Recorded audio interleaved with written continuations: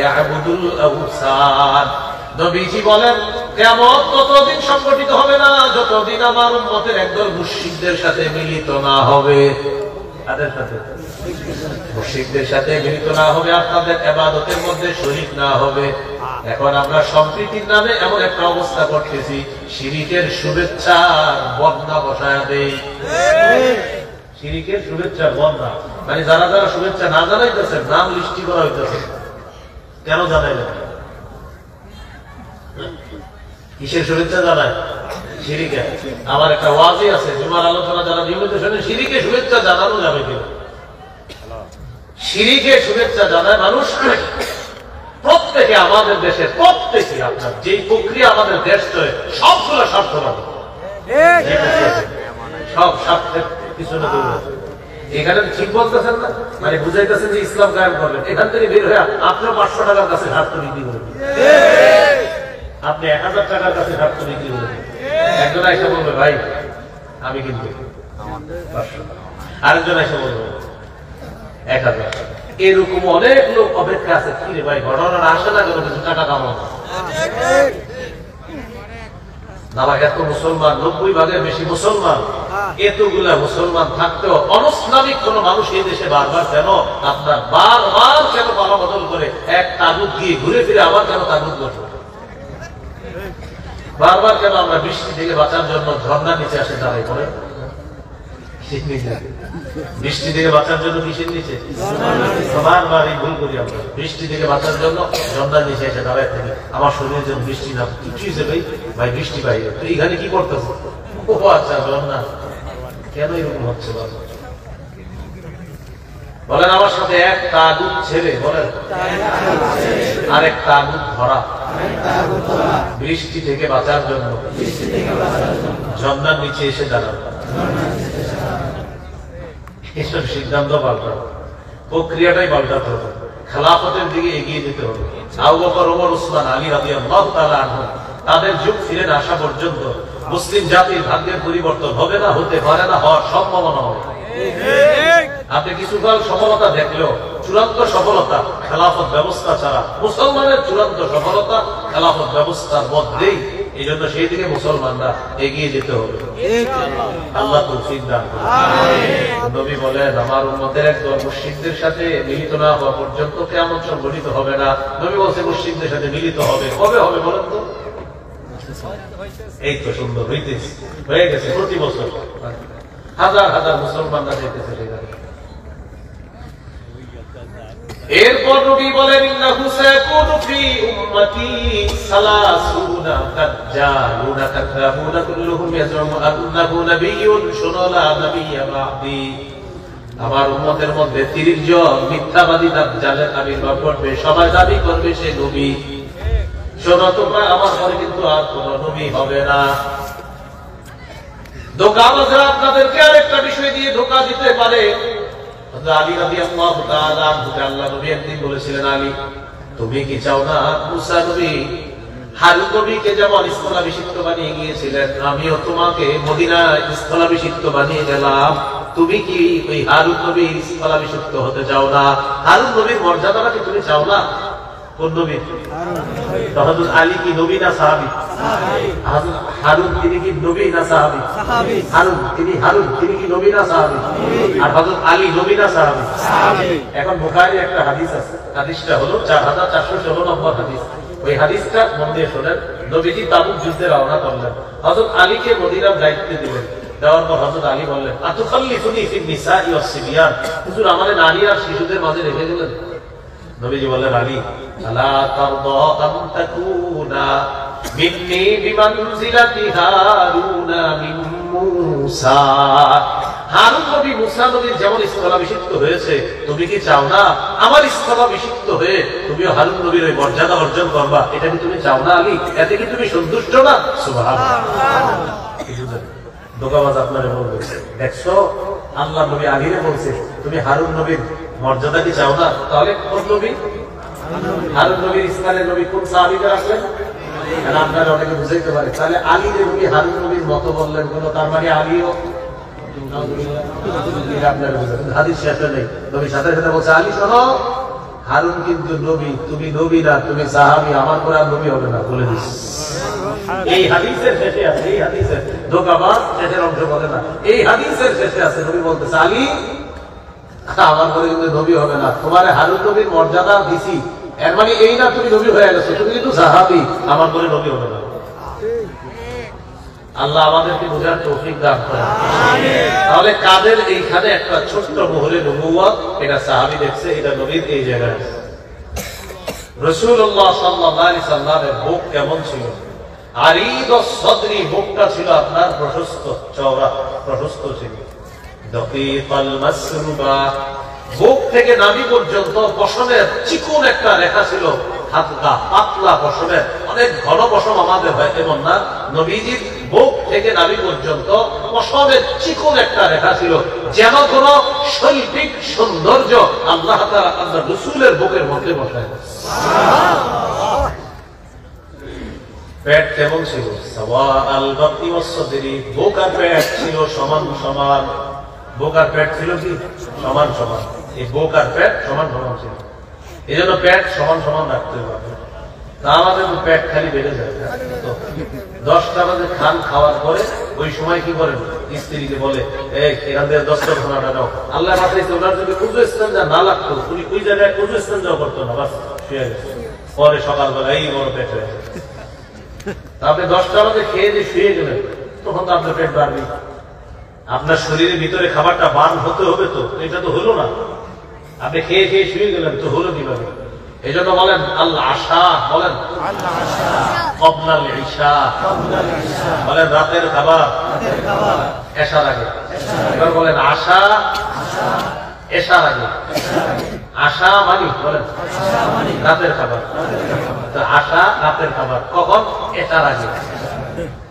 আশা রাতের খাবার ক্বাবলাল ইশা, তাহলে আশা ক্বাবলাল ইশা, আশা খাবো ঈশার আগে, মানে আশা ঈশার আগে খাবো, রাতের খাবার এশার নামাজের আগে খাবো।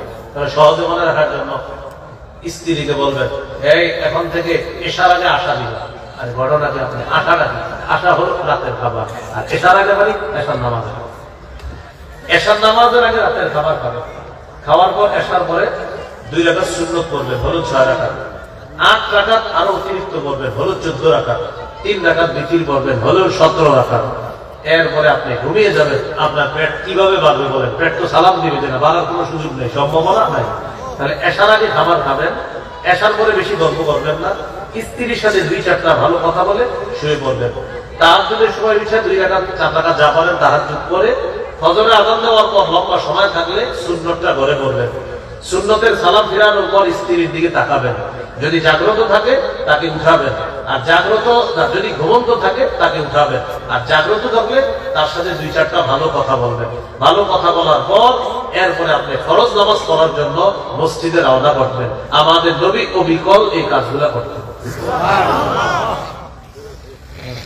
তো রাসূল সাল্লাল্লাহু আলাইহি সাল্লাম রাতের খাবারটা আপনি যদি চান যে আপনার পেটটা না বাড়ুক, এই জন্য আপনারা ইমাম সাহেব ওলামায়ে কেরামদের খানাটা আপনারা এশার নামাজের আগে দিয়ে দিন, যেন ওরা আগে আগে খেতে পারে। আপনারা তো পাঠান সেই 9:30 10টার দিন, এই দৌড়ে তখন, এই জন্য একটু আগে পাঠান। পরে আপনারা হুজুরদের পেট বাড়লে বলেন কি পরের বাড়ির খানা সেটা বলেন, আরে পরের বাড়ির খানাটা খায় না সেটা বলবেন। দেখেন আপনি বলেন, যে বলে পরের বাড়ির খানা হুজুর খায়, আপনি কানটা খান, বলবেন আব্বাটা, আপনি আব্বা কানটা, দাদাটা, আপনি দাদা কি চুরি করে আনছেন? তাহলে কি আপনার দাদা কি করছে বলেন? যেটা বলেন চুরি করছে, কি কাজ করছে? আরেকজনের কাম করছে, বেটা টাকা দিচ্ছে, পরেরটাই তো হইল। শুধু দোষ খালি হুজুরের। আল্লাহ এই পৃথিবীটা বানাইছে এইভাবে, একজনকে আরেকজনের মাধ্যমে আল্লাহ চালাবেন, এইভাবে চালাবেন আল্লাহ। কেন আপনি শুধু হুজুর এই কথাটা বলবেন? এই জন্যই কথা বলবেন না। পৃথিবীর সবাই আপনি আরেকজনের তাই আল্লাহ তাআলা এইভাবে রাখছে দুনিয়া। আপনি যে বলেন হুজুর আমি জমিদার, জমিদারটা হয়েছেন কেমনি সেটা বলেন। আব্বা দিচ্ছে জমি, আপনার আব্বা কেমনে পেয়েছে? দাদা, দাদা পাইলে কই সেটা বলেন। তাহলে খোঁজ নিয়ে তালাশ করে দেখবেন আরেকজনের মাধ্যমে আপনি পেয়েছেন। আচ্ছা আপনারা যারা চাকরি করেন বেতন পাননি, বেতন এটা কি আপনি নিজের টাকা? কে দেয় বলে? কে দেয়? এটা চাল কিনে দিন, তোমার একটাই তো দেবে। আল্লাহ আমাদেরকে বোঝার তৌফিক দান করুন। রাসূল সাল্লাল্লাহু আলাইহি সাল্লামের হাত আর পা কেমন ছিল? শাসনাল কাফাইনি ওয়াল কাদামাইন, হাত পা ছিল একটু মাংসালো আর হাতটা ছিল আলিয়ান, একদম নরম, তুলতুলে নরম, তরবারি ধরলে আমার শ্রেষ্ঠ মুজাহিদ। এই ছিল রাসূল সাল্লাল্লাহু আলাইহি ওয়াসাল্লামের মাথা থেকে পা পর্যন্ত বর্ণনা।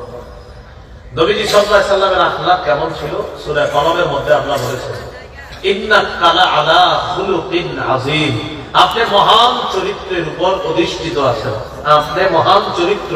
নবীজির চরিত্রটা যে মহান, সেরা, এই সার্টিফিকেট কে দিয়েছেন? রাসূল সাল্লাল্লাহু আলাইহি ওয়াসাল্লামের চরিত্র ছিল সর্বোত্তম চরিত্র। এবার নবী কি বলে দেখেন, قال رسول الله صلى الله عليه وسلم أكمل المؤمنين إيمانا أحسنهم خلقا। মুমিনদের মধ্যে সবচেয়ে পূর্ণাঙ্গ মুমিন হলো ওই ব্যক্তি যার চরিত্রটা সবচেয়ে সুন্দর। নবীজি বলেন, খিয়ারুকুম খিয়ারুকুম লিআহলিহি, তোমাদের মধ্যে সর্বোত্তম ওই ব্যক্তি যে ব্যক্তি তার স্ত্রীর কাছে সর্বোত্তম। এবার নবীজি বলেন, শোনো তোমরা, তোমাদের মধ্যে আমি আমার বিবিদের কাছে সর্বশ্রেষ্ঠ চরিত্রের অধিকারী একজন স্বামী। একজন মানুষ তার স্ত্রীর কাছে যদি উত্তম হয়, নবী বলেন এই মানুষটার চরিত্র ঠিক আছে। আর আমি মুহাম্মদ সাল্লাল্লাহু আলাইহি ওয়াসাল্লাম, আমার চরিত্র আমার স্ত্রীদের কাছে আমি সর্বশ্রেষ্ঠ চরিত্রের অধিকারী আমার বিবিদের কাছে। এই হলো রাসূল সাল্লাল্লাহু আলাইহি ওয়াসাল্লামের আখলাক। ঘরের মধ্যে আমরা রাসূল সাল্লাল্লাহু আলাইহি ওয়াসাল্লাম কাপড় ধুইতেন নিজে, কাপড় সেলাই করতেন নিজে। সাহাবীরা আম্মা জান আয়েশা সিদ্দিকা রাদিয়াল্লাহু তাআলা আনহা প্রশ্ন করলেন, আম্মা জান আপনার কাছে জানতে চাই আল্লাহ নবী ঘরের মধ্যে কিভাবে কাটান? আম্মা জান বলেন, কানা রাসূলুল্লাহ সাল্লাল্লাহু আলাইহি ওয়াসাল্লাম ফি মিহনাতি আহলিহি, নবীজি ঘরের মধ্যে ঘরের যে কাজগুলো আছে এই কাজগুলো নিজে করতেন। সাহাবীরা ভাবতেন নবী মনে ঘরে সারাক্ষণ জিকির করে আর নামাজ পড়ে। আম্মা জান বলে, না, নবী তার জুতাগুলা নিজে সেলাই করে, তার জামা মুবারক নিজে সেলাই করে, ঘরের কাজগুলা আল্লাহ রাসূল সাল্লাল্লাহু আলাইহি ওয়াসাল্লাম নিজেই সমাধান করেন।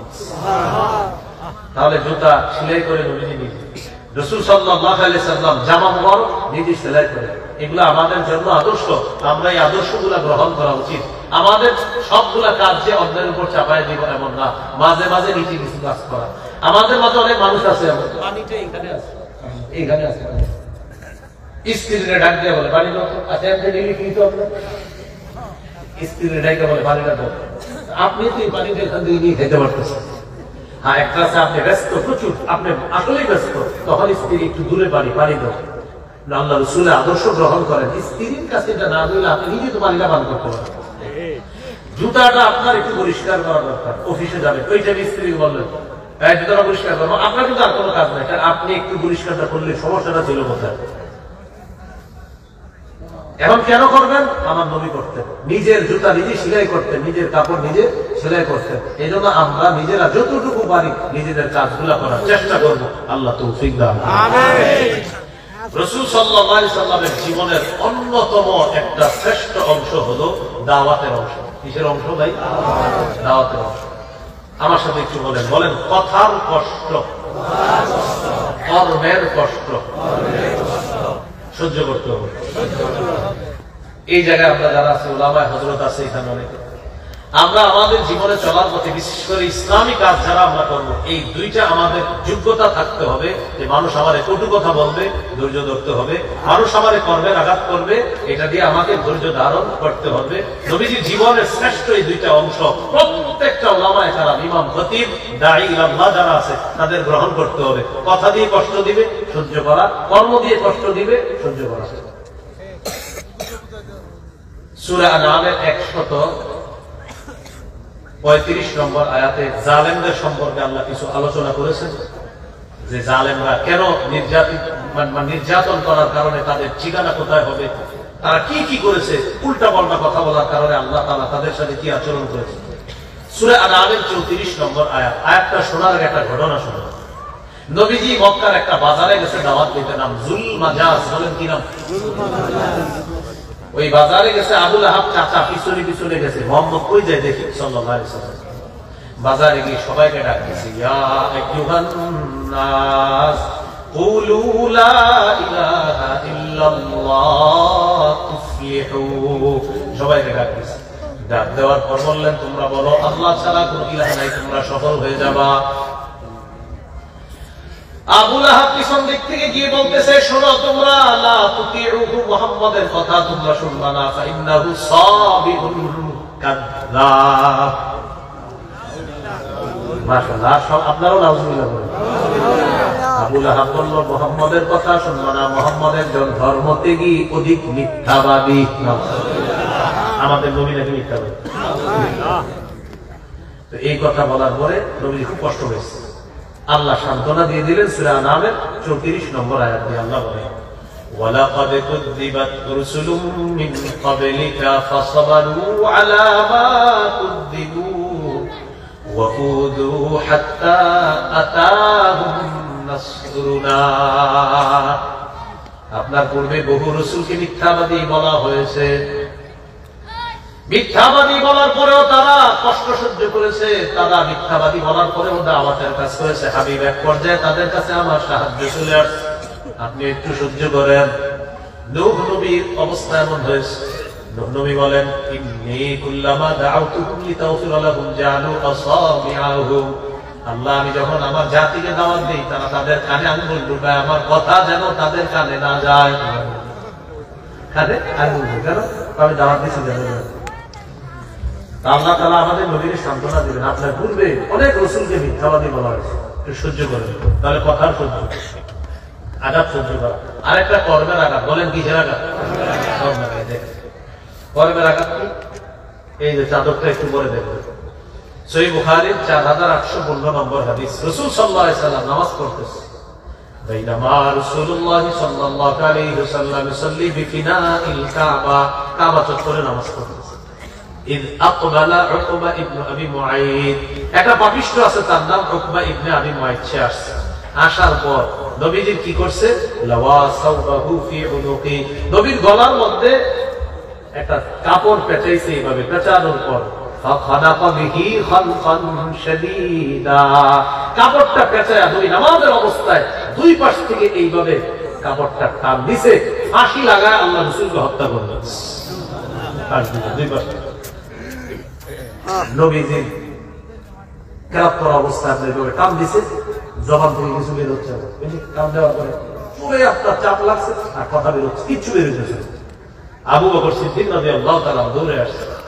আসার পর এই পাপিষ্ঠতার কাঁধের মধ্যে ধরে একটা ধাক্কা দিচ্ছে, ধাক্কা দিয়ে বলল, আতাকতুলুনা রাজুলান আইয়াকুলা রাব্বিয়াল্লাহ ওয়া ক্বাদ জাআকুম বিলবাইয়িনাতি মির রাব্বিকুম। একটা মানুষকে এই কারণে হত্যা করতে চাও যে মানুষটা বলে আমার রব হলেন আল্লাহ। বলেন আমার রব হলেন কে? আল্লাহ। এই কারণে একটা মানুষকে হত্যা করবা, কর্মের আঘাত। বলেন এটা কিসের আঘাত? সহিহ বুখারী 240 নম্বর হাদিস। একদিন কাবা চত্বরে নামাজ পড়তেছে, পাশে কাফেররা বসা। কাফেরদের মধ্যে একজন বলল, আইয়ুকুম ইয়াজিউ বিসসালাত জাসুলি আলি ফুলান ফায়াদুরু আলা যহরি মুহাম্মাদিন ইযা সাজাদা। আচ্ছা, কে পারবা অমুক এলাকায় যাবা, যাওয়ার পর উটের নারী বুড়ি পায়খানা আনবা, আনার পর মুহাম্মদ যখন সিজদায় যাবে, মুহাম্মদের কাঁধের উপর উটের নারী বুড়িগুলো রেখে দিবে। আল্লাহ জোরে বলে না।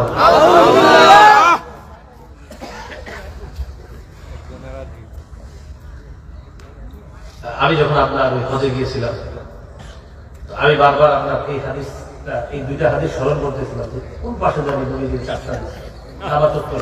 বারবার ওখানে লম্বা সময় বসে থাকতে হবে, কোথায় ও চাপটা দিল।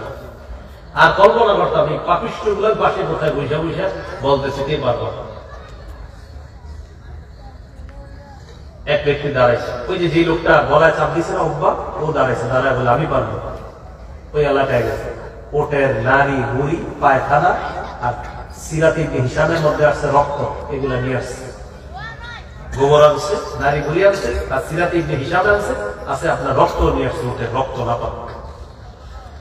আসছে, আসার পর নবীজির অপেক্ষায় আছে, পাপিষ্ঠরা দাঁড়ায় রয়েছে, এগুলা নিয়ে পাশে নিয়ে দাঁড়ায় রয়েছে, বোঝাই করে দাঁড়ায় রয়েছে। মানে নবীজি সেজদায় যাওয়ার অপেক্ষা আছে। নবীজি তো জানতেছে না বিষয়গুলো। পাশ থেকে ওই যে অন্যান্য কাফেররা তাকায় দিচ্ছে। খুব দৃশ্যটা একটু কল্পনায় হয়, আমার হাবিব নামাজ, একটা পাপিষ্ঠ দাঁড়ায় আছে, অন্য পাপিষ্ঠ গুলা পাশে অপেক্ষায় আছে দৃশ্যটা দেখার। ওপাশ থেকে আল্লাহ রাসূলের একজন সাহাবীও বিষয়টা দেখতেছে, আব্দুল্লাহ ইবনে মাসউদ রাদিয়াল্লাহু। তিনি বলেন আমার কিছু করার ছিল না, আমার কেউ যেতে দিতেছে না সামনে, লাউকান আলিমান, আমি যদি পারতাম বাধা দিতে, আমার শক্তি ছিল না, ওরা কাউকে যেতে দিচ্ছে না। নবীজি সিজদায় গেছে, সিজদায় যাওয়া মাত্রই পাপিষ্ঠরা উঠে নারী বুড়ি পায়খানা গুলা আল্লাহর পরে যিনি শ্রেষ্ঠ তার কাদের উপরে এগুলো রেখে দিচ্ছে।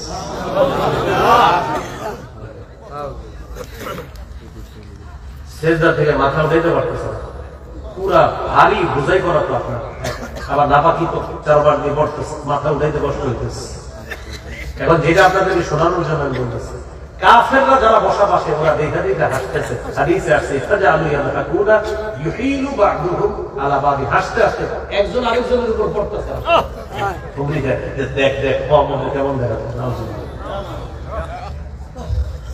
কর্মের আঘাত, কর্মের আঘাত। নবীজি সাল্লাল্লাহু আলাইহি সাল্লামকে এইভাবে আঘাত দিয়েছে আল্লাহ নবী সাল্লাল্লাহু আলাইহি সাল্লাম দাওয়াতের গতি আরো বাড়ায় দিয়েছে। সুবহানাল্লাহ। তাহলে কি শিখলাম ভাই? চারিত্রিক বৈশিষ্ট্য এটা তো আমাদের মাঝে থাকতে হবে। আরেকটা হলো আল্লাহ রাসূলের জীবনের শ্রেষ্ঠতম একটা অংশ, দাওয়াতি অংশ। এই কাজগুলা ইমাম খতিব মাদ্রাসার উলামায়ে কেরাম যারা, আমি জানি আপনারা কত কথার সম্মুখীন হন, আমার ভালো করে জানা, এই জীবন তো আমি কাটেছি, অনেক কথার সম্মুখীন হওয়া লাগে। মানে মানুষও মনে করে না কোনো কথা বলে উলামায়ে কেরাম তো অন্য মানুষ, কিন্তু আপনি এটা ভাবার উপায় নাই যে এত কথা বলার পরে ওরা থাকে না, নবীউল্লাহ সুন্নাত আদায় করে। রাসূল সাল্লাল্লাহু আলাইহি সাল্লামের একটা কি বললাম, কথার আঘাত, আরেকটা কর্মের আঘাত। 3 নাম্বার আরেকটা বৈশিষ্ট্য আনা আইয়াকুনা সাবিতান, মজবুতির সাথে হক কথা বলে যাওয়া, মজবুতির সাথে হক কথা বলে যাওয়া। এমন হতে পারে আপনি হক কথা বলবেন, আপনার মসজিদের মুসল্লি আগে 500 হইতো, হঠাৎ দেখবেন 5 জন হয়ে গেছে, হঠাৎ দেখবেন একজন মুসল্লি আছে হক কথা বলার কারণে, মানে সব গেছে না, শেষে দেখবেন একজনও নাই, বাস বলতে থাকবেন 950 বছর তো বলেন নাই। নূহ নবী বলতেছে ইন্নী দাউতু কওমি লাইলা ওয়া নাহারা, আমি দিনে দাওয়াত দিছি, রাতে দাওয়াত দিছি, ফালাম ইয়াজিদহুম দুআই ইল্লা ফিরারা, আমি যত দাওয়াত দিছি তারা খালি পালাইছে। আমি বলি আল্লাহরে মানো, তারা পালায়, আমি বলি আল্লাহ মানো, তারা পালায়, আমি বলি আল্লাহ মানো, তারা পালায়। ঠিক দেখবেন আপনি যখন হকের পথে চলবেন, অসংখ্য মানুষ যারা আপনার দুস্থ ছিল হঠাৎ শত্রুতে পরিণত হয়ে যাবে। এই বিষয়টা আমরা অর্জন করি। সূরা আনকাবুতের 14 নম্বর আয়াত আল্লাহ তাআলা বলেন, ওয়ালাকাদ আরসালনা নূহান ইলা কওমি ফালাবিসা ফীহিম আলফা সানাতিন ইল্লা 50 আমা, আমি নূহকে তার জাতির মাঝে প্রেরণ করেছি, তিনি 50 বছর কম 1000 বছর তাদের মাঝে অবস্থান করেছেন, দাওয়াত দিয়েছেন, মানে 950 বছর দাওয়াত দিয়েছেন। তাহলে 3টা কথা, মজবুতির সাথে দাওয়াত দেওয়া, কথার আঘাত সহ্য করা, কর্মের আঘাত সহ্য করা। মজবুতির সাথে দাওয়াত দেওয়া, কথার আঘাত সহ্য করা, কর্মের আঘাত সহ্য করা। এটার পরেও হকের কথা, সঠিক কথাগুলা বলে যাওয়ার চেষ্টা করা। আল্লাহ তৌফিক দান করেন। আল্লাহ রাসূলের সূরত এবং সিরত উভয়টা থেকে যেন আমরা শিক্ষা গ্রহণ করে নবীজি সাল্লাল্লাহু আলাইহি সাল্লামের চুল মুবারক, তার দেহ মুবারকের বিভিন্ন অঙ্গ প্রত্যঙ্গ গুলা আমরা আমাদের মা বোনদেরকে একটু শোনানোর চেষ্টা করব। নবীর সূরতটাও মা বোনদেরকে শোনাবো, মাঝে মাঝে সিরতটাও শোনানোর চেষ্টা করব। নবীজির অঙ্গ প্রত্যঙ্গের বর্ণনাগুলা স্ত্রীকে শোনাবেন, নবীজির জীবনের কিছু বৈশিষ্ট্য আপনার বিবিকে শোনাবেন। আপনি আপনার স্ত্রীর একাকিত্ব কাটানোর জন্য এমন এক জিনিস হাতে দিয়ে দেন, একাকিত্ব কাটায়। পেটে সন্তান নিয়ে আপনার সারাক্ষণ ওই একাকিত্ব কাটানোর জন্য এটা দিয়ে দিচ্ছে, পেটে সন্তান আর কি উল্টা পাল্টা থাকে, নাউজুবিল্লাহ। এই জন্য আপনি এগুলা না দিয়ে সিরাতের বই দেন, নবীজি সাল্লাল্লাহু আলাইহি সাল্লামের জীবনীগুলা তাদের কাছে দেন, শামাইলে তিরমিজি তাদেরকে কিনে দেন। আমার একটা সংকলন মিম্বরে আমার প্রথম খণ্ডটা সংগ্রহ করে নেবেন ইনশাআল্লাহ। ওখানে একদম মাথা থেকে পা পর্যন্ত আল্লাহ রাসূলের পুরো বর্ণনাটা, আর ওই দাওয়াতের যে অংশটা এটাও প্রথম খণ্ডে আছে। মিম্বরের আমার 1 থেকে 8 খণ্ড আছে, আপনারা অনলাইন থেকেও সংগ্রহ করতে পারবেন। ওই যে গুগলে গিয়ে লিখবেন মিম্বরের আমানত, লিখলে দেখবেন অনেক পৃষ্ঠা আসবে। কি কি নিয়ম আছে এই নিয়ম পূরণ করবেন, পরে আপনার ঘরে এলে পৌঁছায় দেবে। নিয়মগুলো আমার ওই ব্যবসার সাথে আমি জড়িত না, এই জন্য আমি জানি না, আমি খালি আপনার ওই সংকলন, আপনি ওইভাবে যোগাযোগ। ওরা এখানে গাড়িতে নিয়ে এসেছে, এখানে যদি সবগুলা খণ্ড থাকে সবগুলা খণ্ড সংগ্রহ করে নেওয়ার চেষ্টা করে, যেহেতু আমার এদিকে বেশি আসা হয় না, এই জন্য ওরা আসছে, আজকে এখান থেকেও সংগ্রহ করতে পারেন। প্রথম খণ্ডের বিষয়বস্তু সন্তানের 64টা অধিকার, এর মধ্যে প্রথম খণ্ডে আপনি দাওয়াতের অংশগুলা পাবেন, আল্লাহ রাসূল দেখতে কেমন ছিলেন এই বিষয়গুলা প্রথম খণ্ডে। দ্বিতীয় খণ্ডে শিরক, বেদাত, কুফর, তাওহীদ। তৃতীয় খণ্ডে হালাল হারাম, চতুর্থ খণ্ডের স্বামীর 24টা অধিকার, স্ত্রীর 19টা অধিকার। এটা জামাই বাবুরা মুখস্থ করে ফেলবেন। আপনি আপনার স্ত্রীর 19টা মুখস্থ করে দেখবেন 17টা এখন আদায় করেন নাই। স্ত্রীকে বলবেন তুমি 24টা মুখস্থ করো, দেখবো যে এখন 24টাই মনে বাকি আছে। আপনি একটু বলবেন মুখস্থ করতে। পঞ্চম খণ্ড লা ইলাহা ইল্লাল্লাহ ব্যাখ্যা, ষষ্ঠ খণ্ড নামাজ, সপ্তম খণ্ড একটা ঝামেলা আছে, হুজুর শুধু ঢিলা নিতে হবে না পানি নিতে হবে, নাকি পানি ঢিলা উভয়টা নেওয়া লাগবে? আচ্ছা দেখবো এটা সপ্তম খণ্ডে পাবেন। শুধু ঢিলা নিবেন না পানি নিবেন না উভয়টা নেবেন, প্রমাণ সহকারে লম্বা আলোচনা আছে। অষ্টম খণ্ডের আলোচনা নামাজের মাসালা সম্পর্কে, নারী পুরুষের নামাজ কি এক না ভিন্ন, এই মাসালাগুলো আছে। আইডেন্টি কার্ড পবিত্র করার উপায় কি? হঠাৎ আপনার আইডেন্টি কার্ড নাপাকিতে পৌঁছে আর ওই মুহূর্তে আপনি চাকরির সিরিয়ালে গিয়ে দাঁড়াইতে হতো, করবেন না ঠিক না? তো ওখানে পবিত্র করার উপায় আছে। এক এলাকায় গেছেন, গিয়ে বাথরুমে ঢুকছেন, মশা ওই বাথরুমে, কারণ আপনার শরীরে বসছে, জামায় বসছে, আপনার টেনশন মশার ভিতরে কোনো নাপাকি আছে কিনা, তখন করবেন কি? এই মাসালাগুলা বিস্তারিত আলোচনা, সবগুলা যদি থাকে সবগুলাই সংগ্রহ করে নেন, ভালো হবে আশা করি। আল্লাহ আমাদের সকলকে যে কথাগুলা শুনলাম বললাম, আমরা সবাই যেন আল্লাহ রসুলের সিরত থেকে শিক্ষা গ্রহণ করে আমাদের জীবনটা সুন্দরভাবে সাজাতে পারি। আল্লাহ তৌফিক দান করেন। সুবহানাল্লাহ।